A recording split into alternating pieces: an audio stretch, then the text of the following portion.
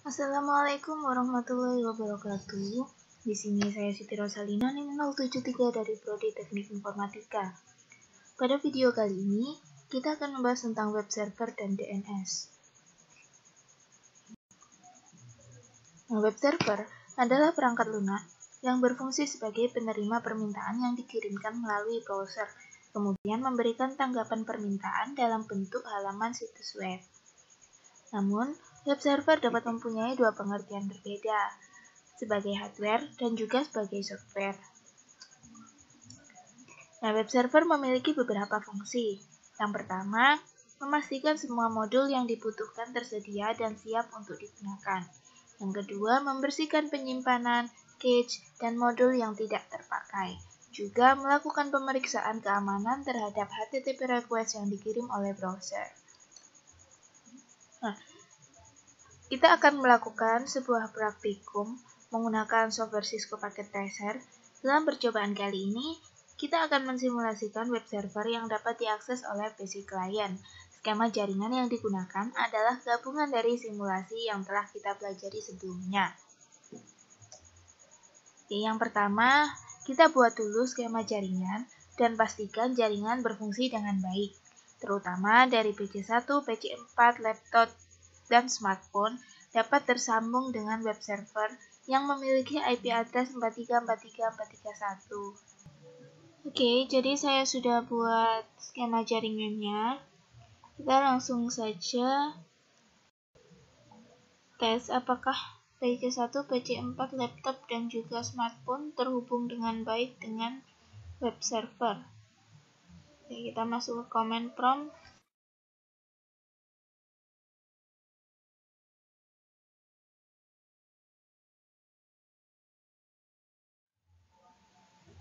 Karena sudah ada reply from, bytes, time, dan TTL, berarti PC1 sudah tersambung dengan web server. Kemudian kita lanjut ke PC4.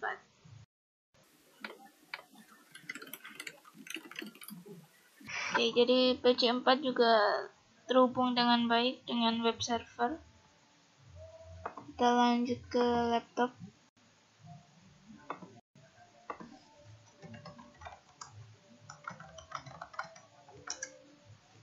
Oke, jadi laptop juga terhubung dengan baik dengan web server. Kemudian yang terakhir smartphone.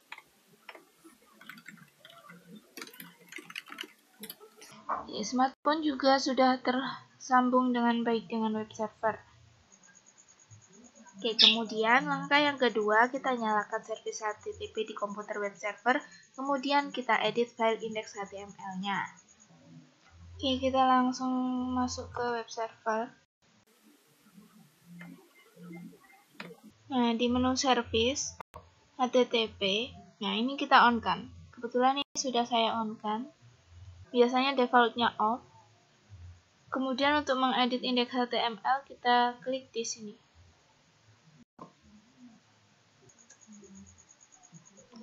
Oke, kita ganti isi indeks HTML sehingga menjadi seperti tersebut. Oke, ini isinya sudah saya ganti, sudah saya kasih isi. Ini untuk situs webnya nanti.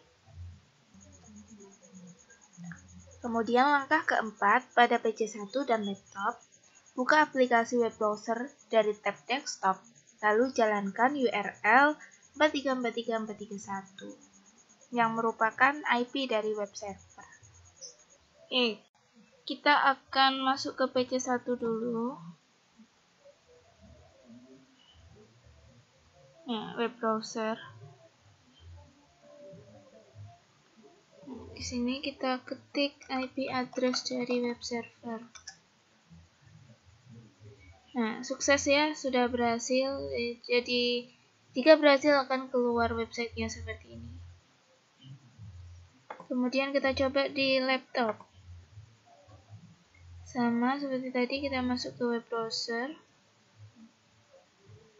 Kemudian kita ketik IP address-nya.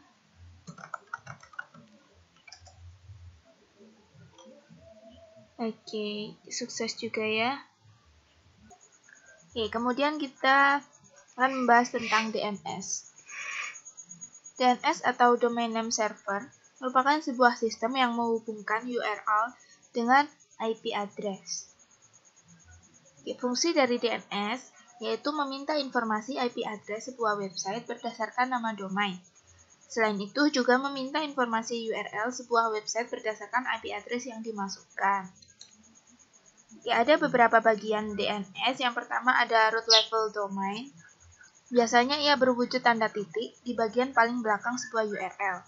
Kemudian ada top level domain yang merupakan ekstensi yang berada di bagian depan root level domain. Lalu ada juga second level domain. Nah, biasanya dalam kasus URL wikipedia.org yang dimasukkan second level domain adalah Wikipedia-nya. Lalu ada third level domain atau subdomain, merupakan bagian dari domain utama yang berdiri sendiri.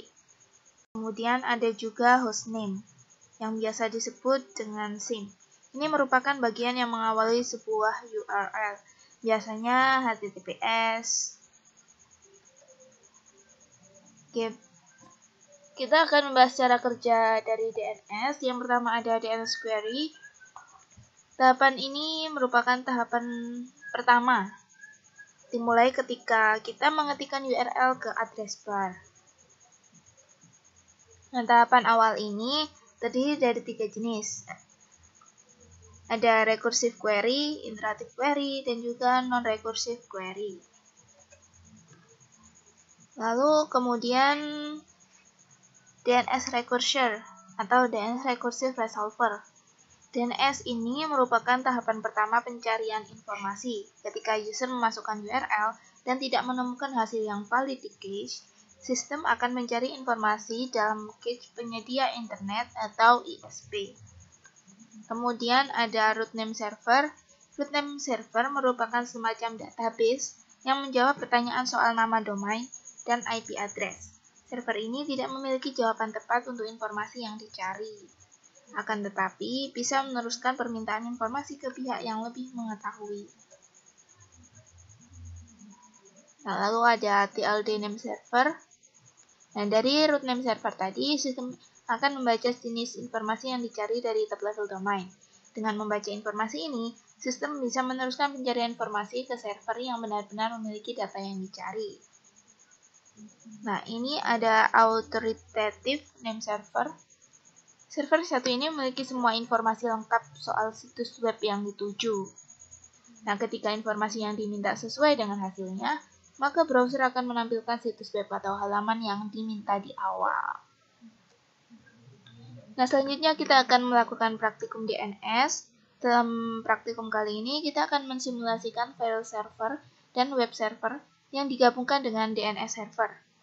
DNS server di sini berfungsi untuk mentranslasikan IP address menjadi alamat domain yang lebih manusiawi.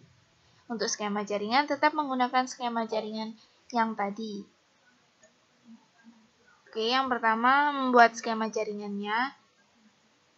Lalu pastikan tersambung dengan DNS server dan juga web server. Oke, jadi ini jaringan yang tadi. Karena tadi sudah terhubung dengan web server, kita tinggal cek DNS servernya saja. Pertama dari PC1.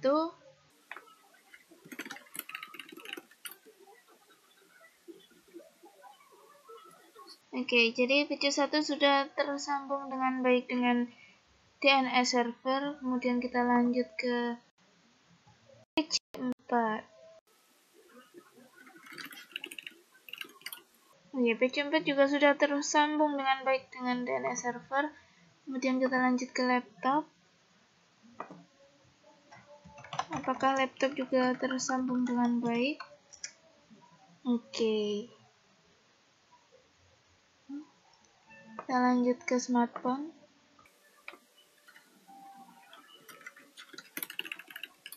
Oke, jadi smartphone juga sudah tersambung dengan DNS server.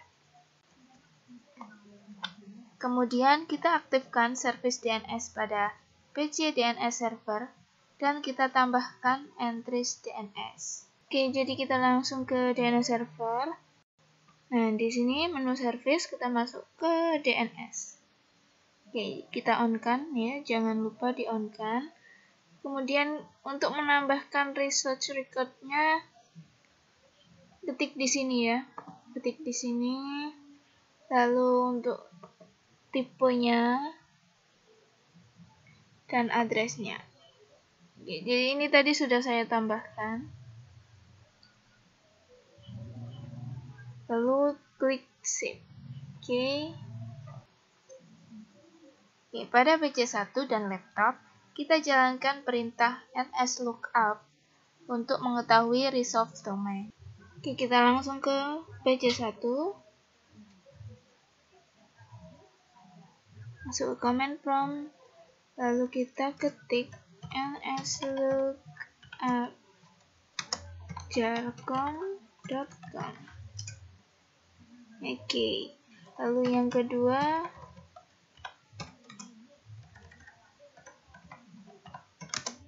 www.jarcom.com. Oke, sudah ya. Kemudian kita lanjut ke laptop. Sama, kita beri telurnya nslookup jarcom.com. Dan yang kedua nslookup www.jarcom.com. Oke, sudah selesai. Kemudian langkah keempat, pada PC1 dan laptop, kita buka aplikasi web browser dari tab desktop lalu jalankan URL jarcom.com atau www.jarcom.com. Oke, kita coba ke PC1 dulu. Seperti tadi kita masuk ke web browser. Tapi, kalau tadi web server kita hanya menggunakan IP address dari web server, sedangkan di sini karena sudah mengaktifkan DNS servernya, kita sudah bisa pakai jarcom.com seperti yang sudah kita masukkan di DNS server tadi. Ya, berhasil ya. Kemudian bagaimana dengan www.jarcom.com?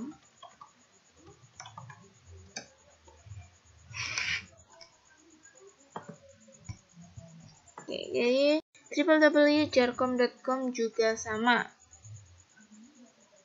Dia sudah bisa memunculkan website Cisco Packet Tracer yang ada di web server tadi. Oke, kita lanjut ke laptop. Kita masuk ke web browser. Seperti tadi kita masukkan jarcom.com. Oke, sudah berhasil ya. Oke, kita masuk lagi. Kita masukkan URL www.jarcom.com. Oke, sudah berhasil juga. Oke, jadi praktek DNS kita sudah sampai sini. Oke, sekian video kali ini. Terima kasih. Wassalamualaikum warahmatullahi wabarakatuh.